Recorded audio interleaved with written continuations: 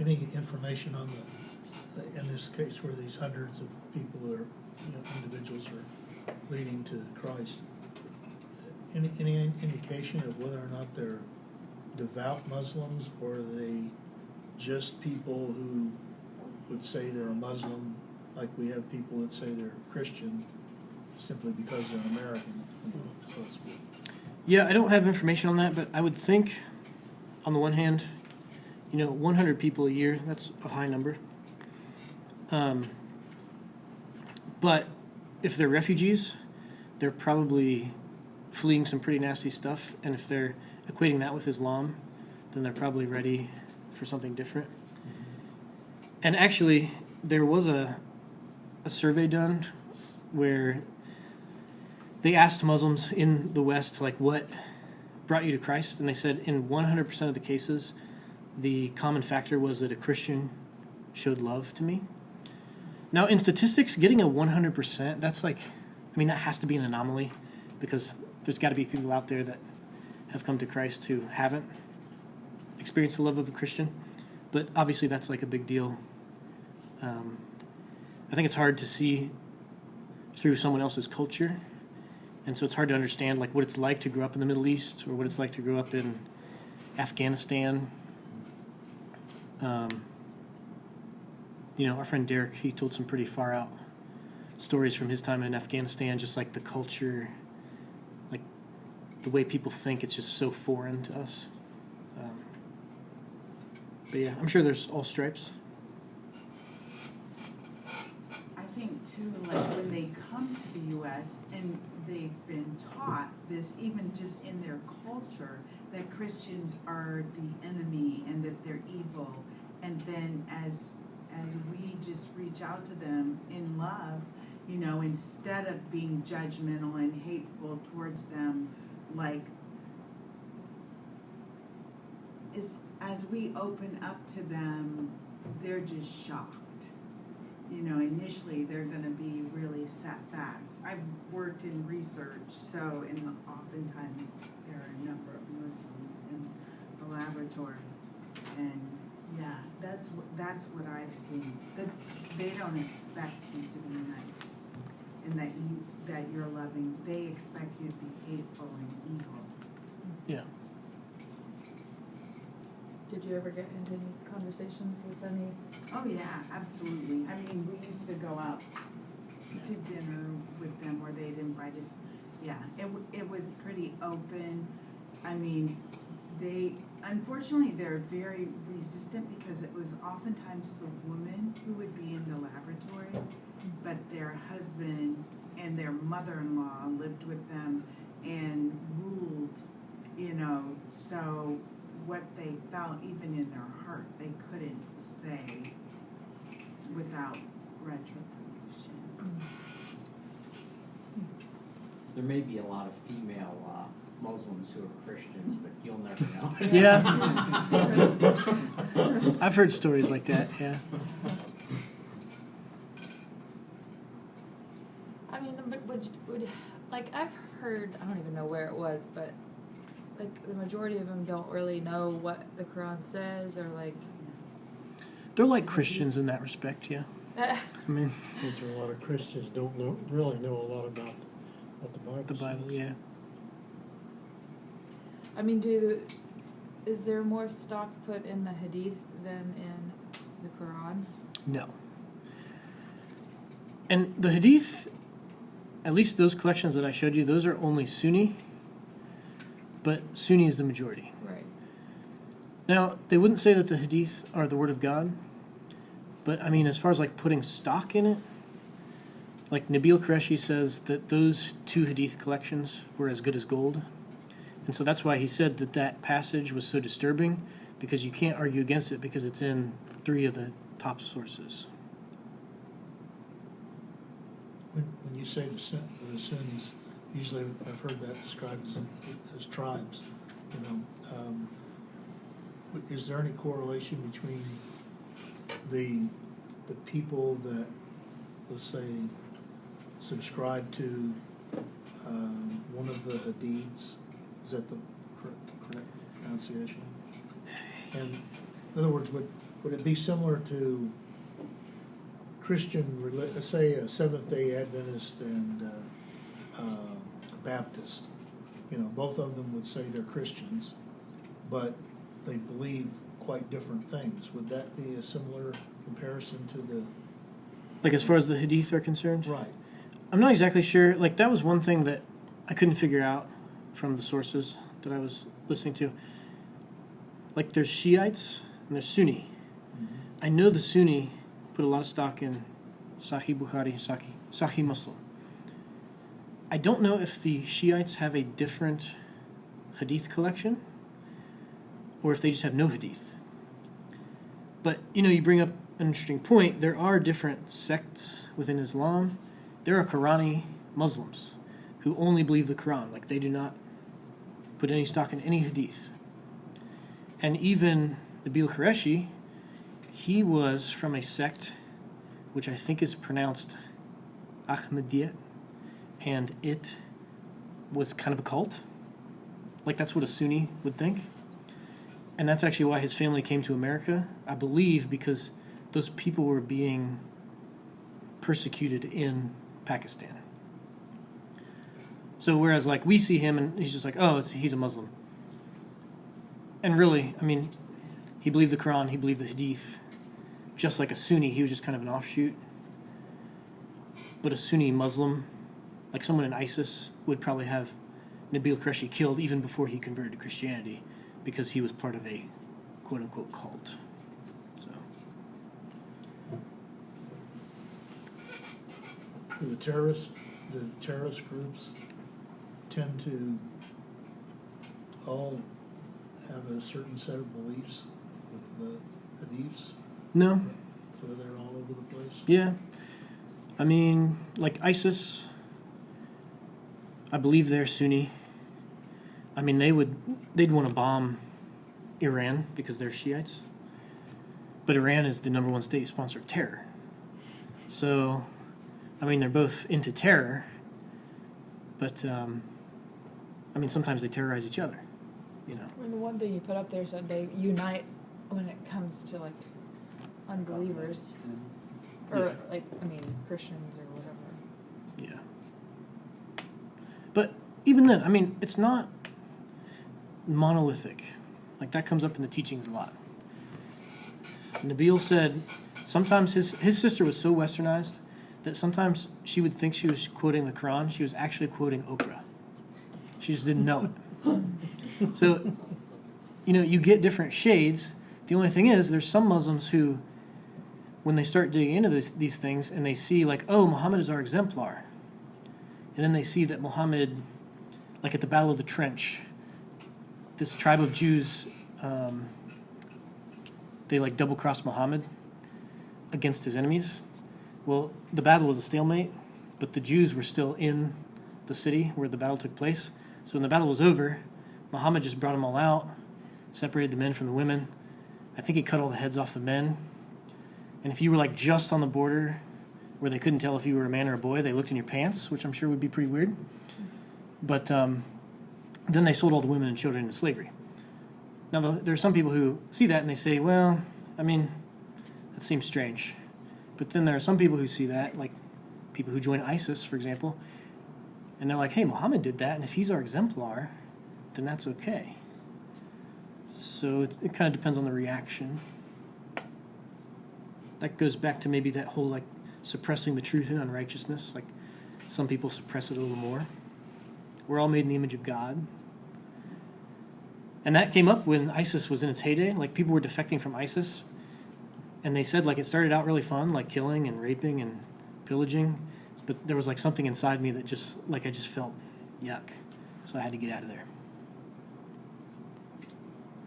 Are there any books by former members of ISIS or whatever that are believers now?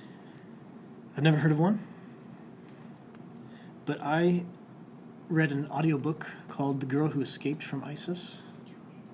That was pretty interesting. That was definitely not school appropriate, by the way. But, yeah. There's some interview that Janet Parshall did Yeah. with a guy who came to the US, and I can't remember if it was part of ISIS, but he came as a terrorist. Yeah, he was, But then got in a horrible auto accident, and the surgeon and the people in the hospital were so loving and kind to him, and he had nowhere to go, because now he was I think he separated. took home and he lived with the surgeon. Yeah, The surgeon ended up taking He, him out. yeah, I mean, it was so crazy, and it also is so convicting, you know, when you see an opportunity to help somebody. But they actually took him into their home, and then he saw how the guy treated his wife and other people, and he became a Christian. But he was here as a terrorist. He was sent to Detroit, and he grew up in a terrorist family, and, you know, was a part of the bombings, the whole thing. It's a very interesting interview, but I don't know. Sure. Yeah, I No. forget, you could find it on Janet Yeah. Marshall's website. I used to listen to her show. She's good. Yeah. Yeah, because that goes back to the whole immigration thing. I mean, ISIS said, we're going to create these crises, and we're going to infiltrate your countries through it. Like, they told us their plan. So you've got that on one hand. But in the podcast that I'll give you from Crescent Project that I mentioned with the Tom Doyle and the Dreams and Visions, he says, like, terrorists make the best missionaries. If you can get a terrorist to, like, flip and be a follower of Jesus, like, he's unstoppable. No, it's like Paul. Yeah, it's like Paul killing the Christians, and so it's interesting to see how God is working. I liked the chronological transition between peace and violence. So it's kind of like, here's a new thing, come join me, utopia, and then once you get enough followers, it's like, now let's go conquer Yeah. to gain more. Yeah, And it's almost, there's almost the exact opposite in the Bible. I mean, there's more violence in the Old Testament than the New Testament.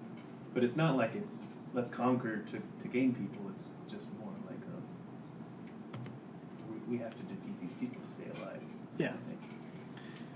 and that was something that came out in something I was listening to yesterday. It all just blurs together. But somebody said, you know, in the first 100 years after Muhammad, the Muslims made it all the way up to France. And they were turned back by Charles Martel at the Battle of Tours. And if Charles Martel had not turned them back, we'd probably be speaking Arabic right now.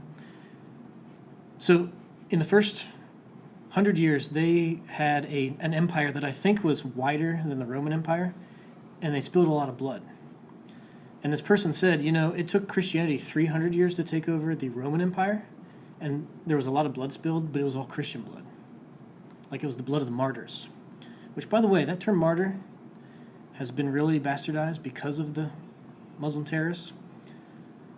So that is a word that I would like to reclaim, but post 9/11, martyr means a little bit different. But the Christian martyrs are a little different than Islamic martyrs. So. I think also going with the violence that people try to attack Christianity as like the Crusades and stuff like that, but there's just as much violence after the Quran was written for Islam as there would be Christianity. Yeah. And that's the other thing. Like, people talk about the Crusades, they want to start the history at 1099 when Pope Urban sends out the first wave of Right. Crusaders.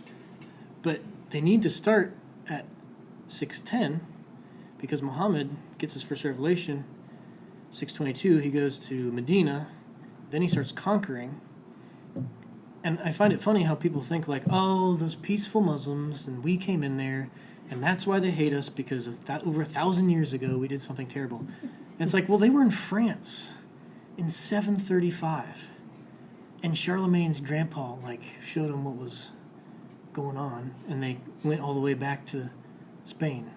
So I don't think we have a totally false version of history, but it's very incomplete. We just segment it to what we want to Yeah. fit our needs. But the crazy thing about it is, what we want is to make ourselves look bad. Like, I don't get it. Just give me history. Didn't, if you average it out with the Crusades, wasn't that like 5 deaths per year or something? Like, it was some crazy small number. Yeah, I've heard that. I've never heard it applied to the Crusades. the Inquisition Inquisition. was like that. Yeah. I don't know what the statistics are for the Crusades.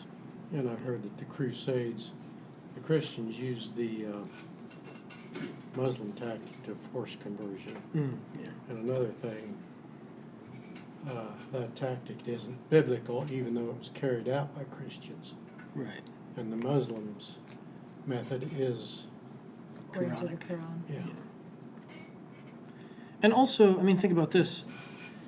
In 1099, you didn't have a Bible on every bookshelf. Like, the Bible's in Latin. I don't think there was a whole lot of Latin being spoken back then. Like, people didn't know what was in the Bible because you got that from your priest. And it's almost like the worst days for Christianity were like when the Bible was separated from the people. And then when the Bible started being translated, like, you still get some of that violence, especially around the Reformation era, but the violence starts to go away, like, the more the Bible becomes available. I think Ethan is like a church history scholar, isn't he? I've always wanted to like ask him if there's like a correlation there, but I always forget. Remind me next week. This is probably a really weird discussion to be walking in. No, actually, so Thank you, Chris. You're I work for a company that has a lot of Muslims that work there out in Washington, D.C., and I found it very interesting because oftentimes they're, I've met many that I've been able to witness to. I've not led anyone to Christ, but I've been able to share the gospel with several. They're often curious. Yeah. So, you know, but I guess it does. I've had definitely some interesting experiences that have been not always awesome. But, you know, I've certainly had several where I can see that there's a weight to what they believe. And I think that gives a Christian an opportunity to share truth in a way that the weight of their religion basically doesn't offer them. I don't know.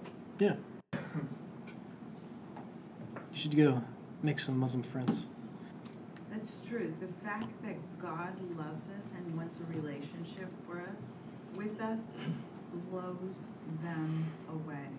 That is like the number one thing that I found in my relationship with them. That just, they're attracted to that, but they don't know it. Yeah. Because, I mean, in that theology, you can't ever know if you're going to heaven. And somebody, I think it was like Muhammad's best friend, who was like, he's supposed to be like the spiritual leader. He said even if he had 1 foot in heaven, he would still fear that Allah was like playing a trick on him. Now, that was probably an offhanded comment, but that is preserved in the histories.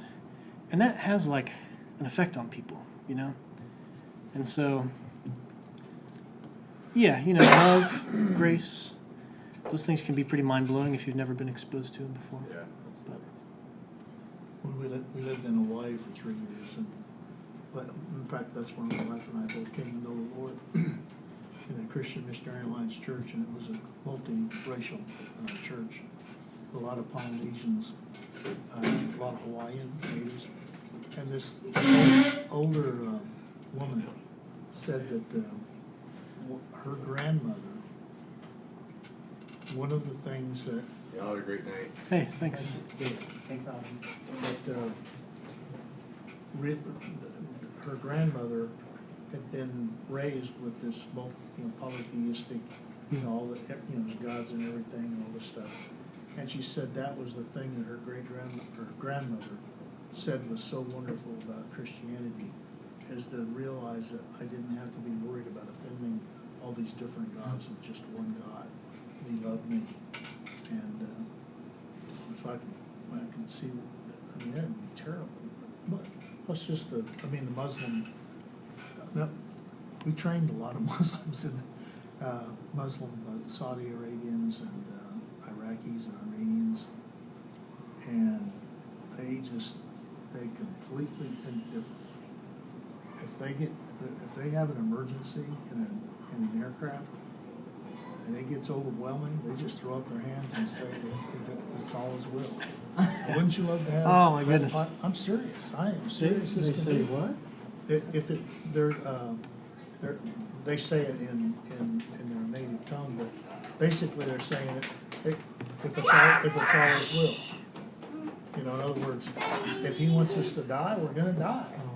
You know, I have nothing I can do about it. And how do you train somebody to, Yeah, You know- I wouldn't want that title necessarily. and there were times where things were, I won't get into the exact details, but it's your problem because they wouldn't have been there if it wasn't to attend to things. Anything that goes wrong, lost luggage, messed up hotel resident, is your fault because they were there to take your service.